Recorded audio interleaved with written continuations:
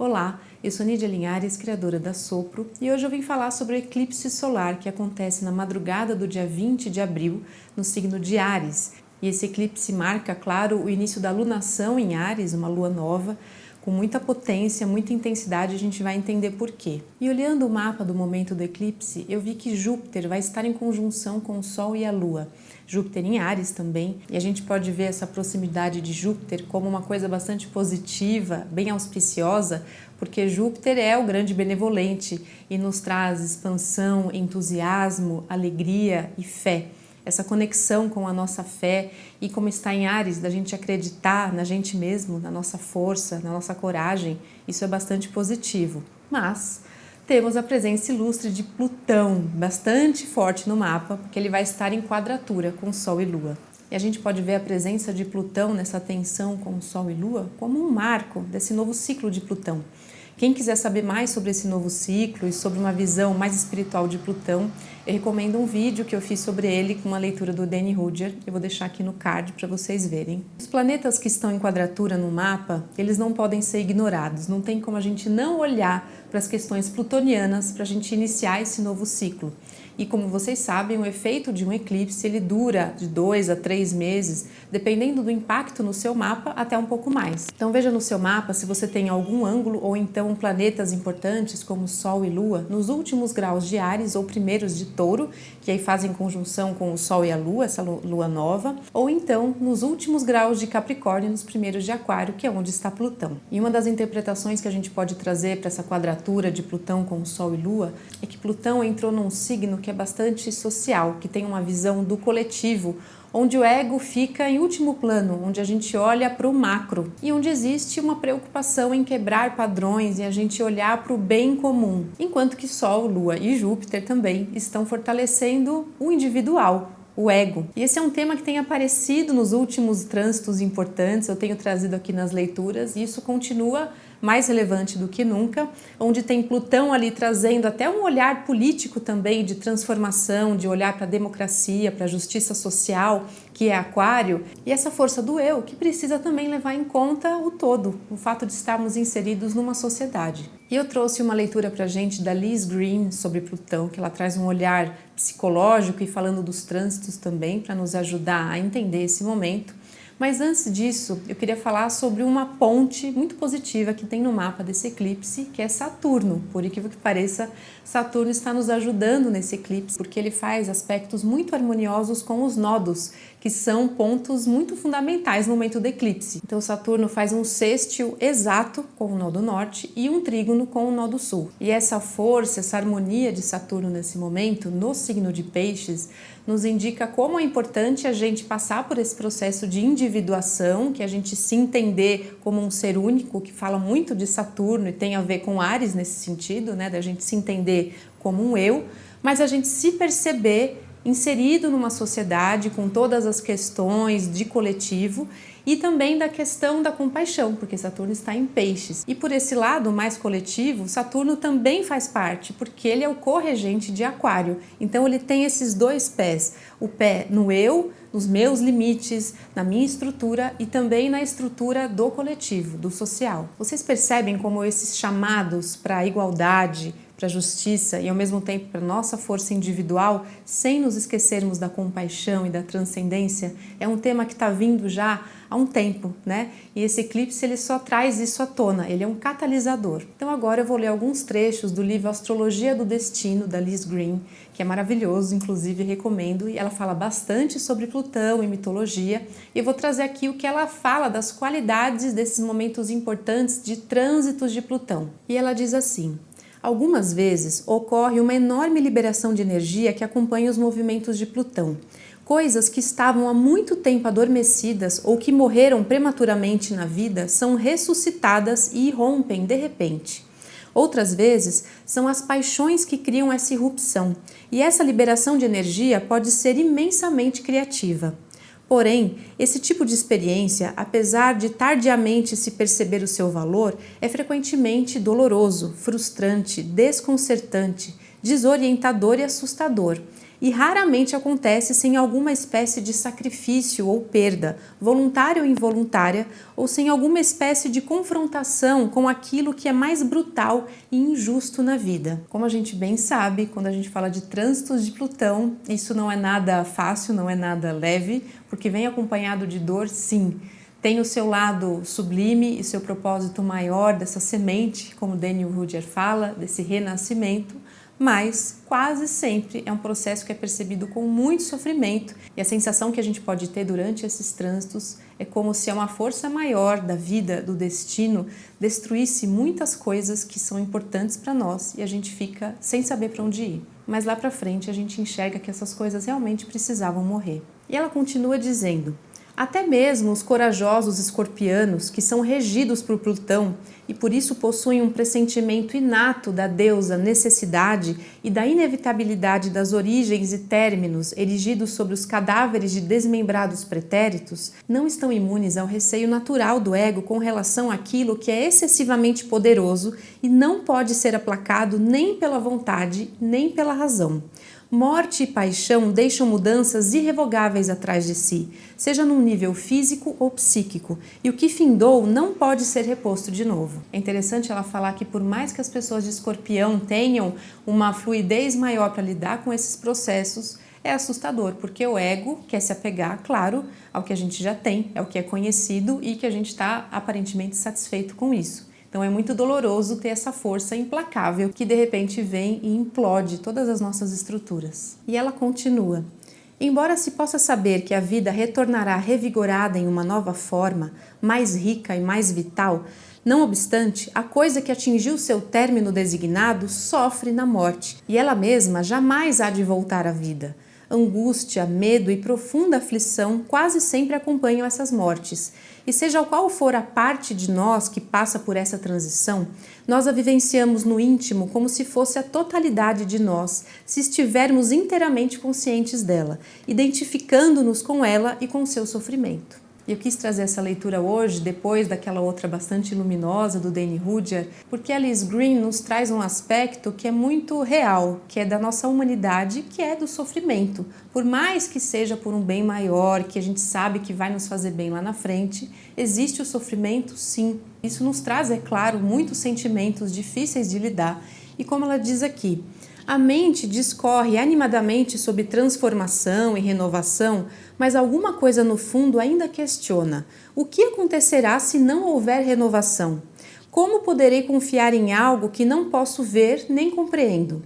O que fiz para merecer um destino desses? Onde foi que eu falhei? E se o vazio absoluto simplesmente durar para sempre?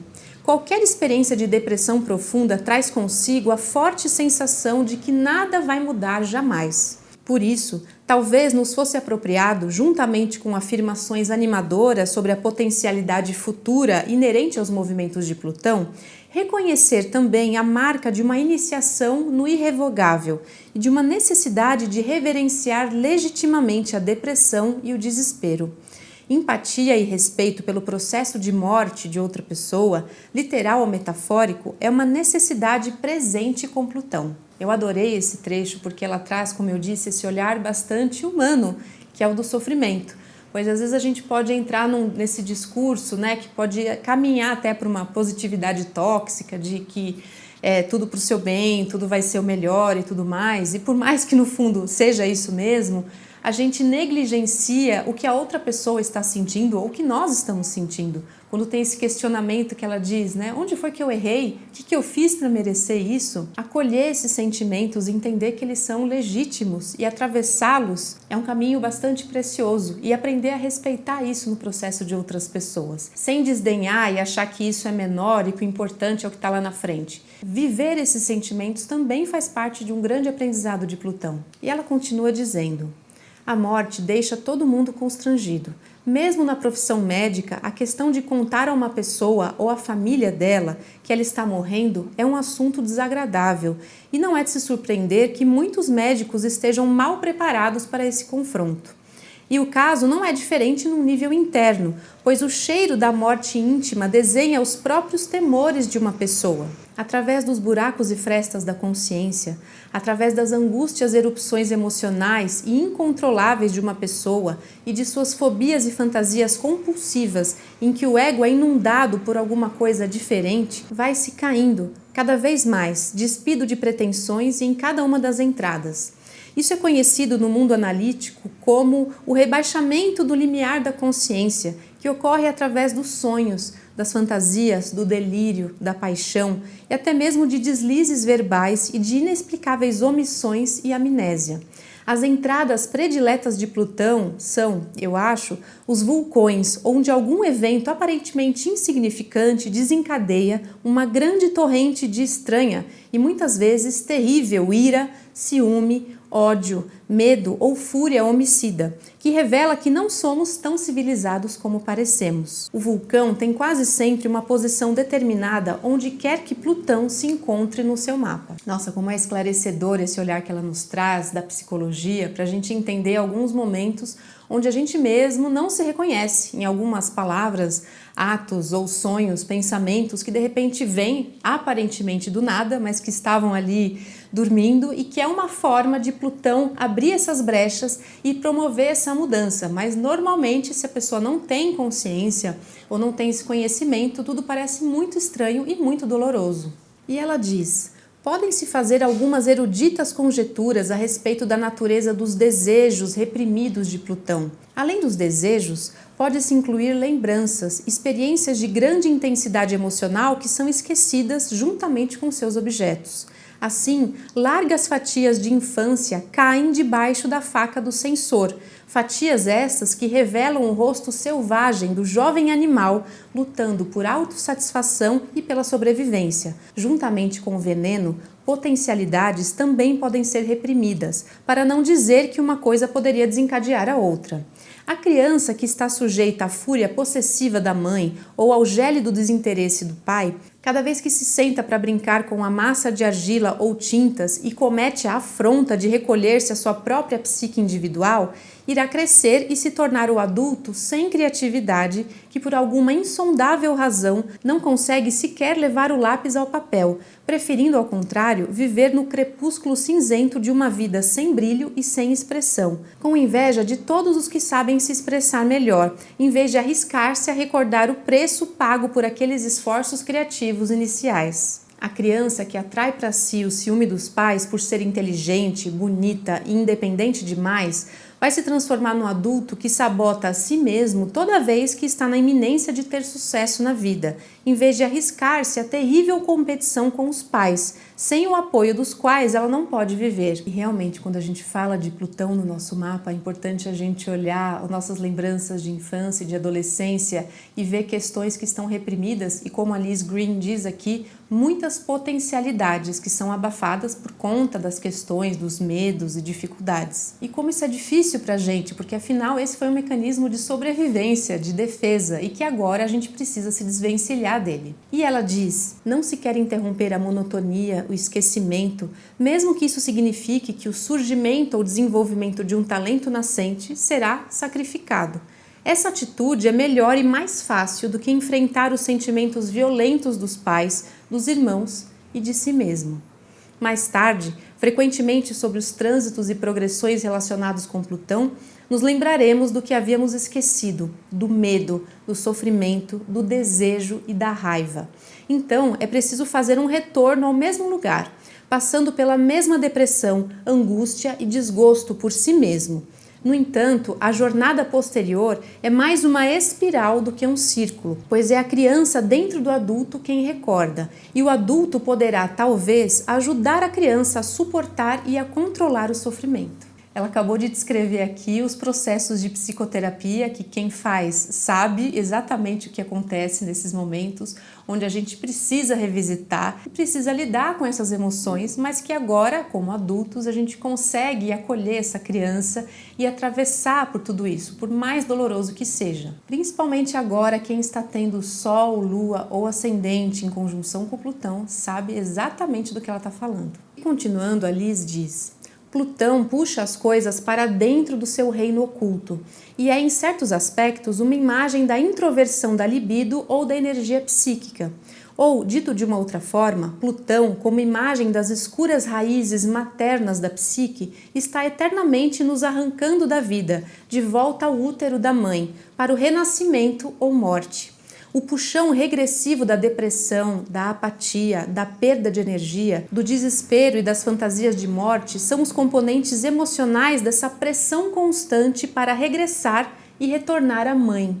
Plutão exige uma retração com relação às projeções e às ligações do mundo da superfície. E essa qualidade, que é em parte responsável pela sensação de escravização e de prisão que acompanha os trânsitos e progressões do planeta. Não se pode mais encontrar gratificação do lado de fora, ou porque as circunstâncias externas impedem, ou porque alguma compulsão ou ladrão oculto na psique rouba energia, jogando-a para o inconsciente. Como está ficando muito claro, quando a gente fala dos processos de Plutão, a gente precisa olhar para dentro, olhar para o nosso inconsciente e para as nossas sombras, tudo que a gente guardou as 7 chaves dentro de uma gaveta. E uma pista sobre como isso pode ser muito benéfico e mais fácil do que a gente imagina nesse momento é Saturno em Peixes, em harmonia com os nodos, como eu tinha falado, porque Peixes está relacionado com o nosso mundo inconsciente. Então agora, mais do que nunca, os processos de análise e psicoterapia são muito bem-vindos. E o que eu achei legal, já que no mapa do eclipse, Júpiter também é um dos protagonistas, já que ele está junto do Sol e da Lua, mas ele não está em tanta tensão assim com o Plutão. A quadratura com ele é um pouquinho mais leve, mesmo assim ele faz parte dessa tensão toda. E a Liz Green fala de Júpiter aqui na mitologia, falando de Zeus. E ela diz: Zeus é o pai dos deuses e dos homens. Seu nome, Zeus, significa a luz do céu, de modo que ele é o daimon da iluminação e do esclarecimento. Quando surge o vitorioso rei dos deuses, derrubando o governo dos titãs terrenos e estabelecendo seu domínio celestial, reflete o surgimento na consciência coletiva de um princípio espiritual maior que Moira, que é o destino ou Plutão, que ela faz a relação aqui. Portanto, é oportuno que Sagitário siga Escorpião, porque Zeus personifica o que pertence ao espírito eterno e não à carne mortal. É chamado de Deus da chuva, o originador, o aguadeiro, o pai, o rei e o salvador. Oferece a luz do espírito, ao contrário da vida condenada e predestinada do corpo, presa nas garras viciosas da necessidade.